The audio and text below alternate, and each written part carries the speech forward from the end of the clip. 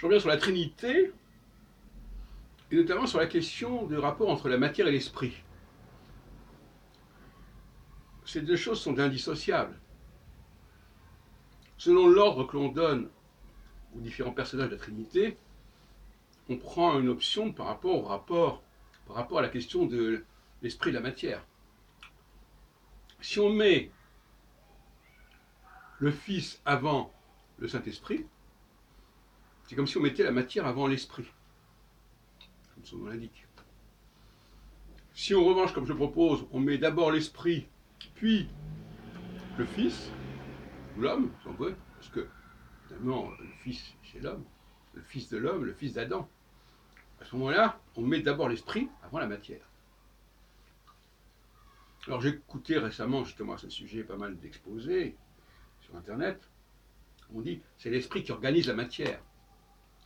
On pourrait dire aussi que c'est l'esprit qui féconde la matière, qui la structure, qui la met en mouvement.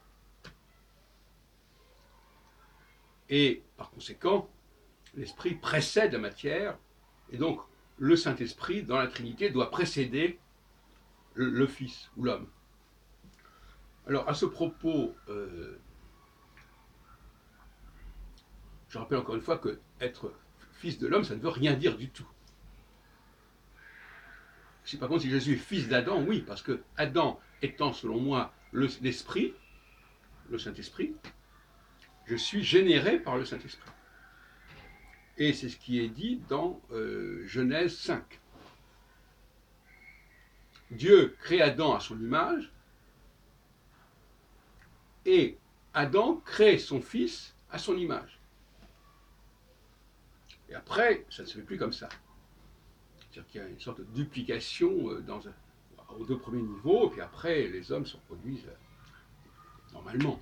Non plus par un processus masculin-féminin intérieur, mais par un masculin-féminin qui sont extérieurs.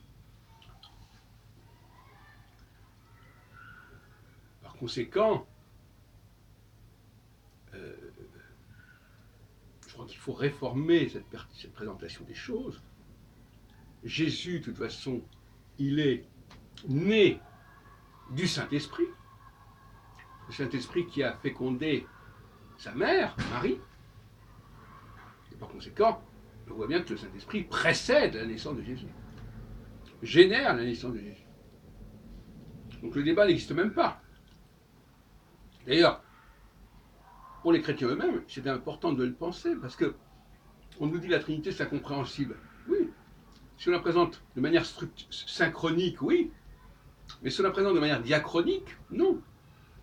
Il y a Dieu, le Saint-Esprit, l'homme. C'est diachronique, ça se développe comme cela. Personne ne ferait des difficultés à ce niveau-là. C'est parce qu'on a voulu inverser, je ne sais pas pourquoi d'ailleurs, on a voulu inverser, ou on a inversé par erreur, que ça devient incompréhensible. Et en plus, si on, au lieu de le prendre dans un sens diachronique, on le prend dans un sens synchronique, c'est-à-dire tout est en même temps, tout est un système d'un seul tenant, effectivement là on arrive à des absurdités.